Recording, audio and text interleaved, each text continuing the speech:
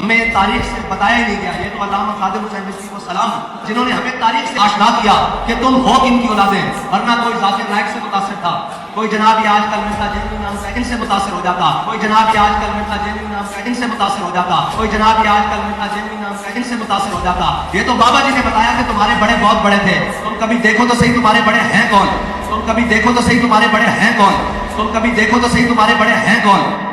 لو جی time قیامت تک کے ساتھ رضوی بخاری سے جو کم از کم 4 جگہ حدیث آئی ہے نا، حضرت ابوبکر صدیق رضی اللہ تعالیٰ عنہ کا خطبہ ورڈ بائی ورڈ ترجمہ کر کے اپنی پبلک کو بتا، اور ساتھ یہ بتا کہ کتنا گستاخانہ اور کتنا فرضی ہے خطبہ جو انہوں نے بولا. ہمارے نزدیک تو بالکل ٹھیک بولا ہے، وہ ہمارے عقیدے میں فٹنگ بیٹھتا ہے. الا من کان یعبد محمدا فان محمدا قد مات. سنا ہے آپ ہر عاشق کے گھر تشریف لاتے ہیں، میرے گھر میں بھی ہو جائے چراغا یا رسول اللہ. تم لوگوں کا تو یہ عقیدہ ہے، حضرت ابوبکر کو تو نہیں پتا تھا کہ عاشقوں کے گھر رسول اللہ تشریف لائیں گے. مولا علی کے گھر تو کبھی نہیں آئے، سیدہ فاطمہ کے گھر تو کبھی نہیں آئے، سیدہ عائشہ سلام اللہ علیہا کے گھر تو کبھی نہیں آئے علیہ السلام اجمعین. اور اشرف علی رسول اللہ جس کو آلریڈی آپ غلط سمجھتے ہیں،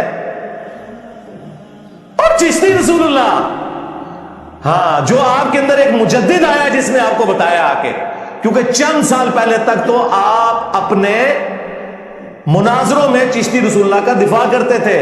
خواجہ نے کیا فرمایا؟ سنو کہ میں کون ہوں اور کیا ہوں. محمد الرسول اللہ صلی اللہ علیہ وسلم کے دربار کے کمینے غلاموں میں سے ایک ہوں، کمینے غلاموں میں سے ایک ہوں، کمینے غلاموں میں سے ایک ہوں. آج کہہ رہے ہیں کتابیں چینج ہو گئی ہیں، آئے ہو نا گاڑ دھلے ہونا، کتابیں چینج ہو گئی ہیں کہ بازید یہ بتائیے کہ قیامت کے دن لوگ کس کے جھنڈے کے نیچے ہوں گے. تو انہوں نے کہا میں قسمیہ کہتا ہوں کہ محمد اور تمام انبیاء میرے جھنڈے کے نیچے ہوں گے. نعوذ باللہ. تو میں اور میرے سارے سٹوڈنٹس اگلے الیکشنز جو 2023 میں ہونے والے ہیں، ہم کریم کے اوپر TLP کو ووٹ دیں گے اگر آپ لوگ یہ مان لیں کہ یہ گستاخانہ عبارتیں جو ہے نا یہ کتابوں میں غلط لکھی ہوں گی. میرا خیال ہے اس میں کوئی حرج نہیں ہے، آپ کی عزت میں اضافہ ہوگا. یہ لاکھوں میرے سٹوڈنٹس آپ کو خام خام مل جائیں گے. یار آپ لوگ ہمت کریں.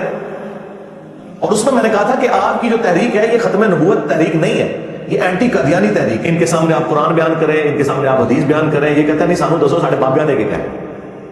کیوں دسی اللہ تو بولتے ہو؟ میرے نبی صاحب ہے ہی کوئی نہیں، تیرے بابے تھے شیعہ ہی کوئی نہیں، ان کی باتیں کیوں بتائیں؟ عزتیں تم لوگوں نے اویل کی ہیں رسول اللہ کے نام کے اوپر، سواریاں سوار کی ہیں تم نے مکے اور مدینے کے نام کے اوپر، اور جا کے اجمیر شریف اور بغداد شریف میں پھینکی ہیں. چندے کھا رہے ہو رسول اللہ کے نام کے اوپر اور تعلیمات اپنے بابوں کی بتاتے ہو. لے رہے تم بابے اپنے. اس حدیث کے تحت وہ کہتے ہیں کہ ہمارے بزرگ چکے اللہ کے عشق میں پاگل ہو چکے تھے، لہٰذا ان سے شریعت کا قلم اٹھا. اللہ کے عشق میں نہیں سرکار، انہوں نے رسول اللہ کی گستاخی کی ہے. ہاں با خدا دیوانہ باش با محمد ہوشیار. تے سیدھی طرح کو تھوڑے بزرگ پاگل سن، اے نہ کیوں رکھے جے کلندر مجنون، سیدھی طرح کو پاگل. دوسری طرف وہ داتا دربار پہ بیٹھ کے وہ کشف المحجوب علی بن عثمان اجویری المعروف داتا صاحب کی لہراتے رہے، جدہ کو مرشد نہ ہوئے کتاب پڑھ لے.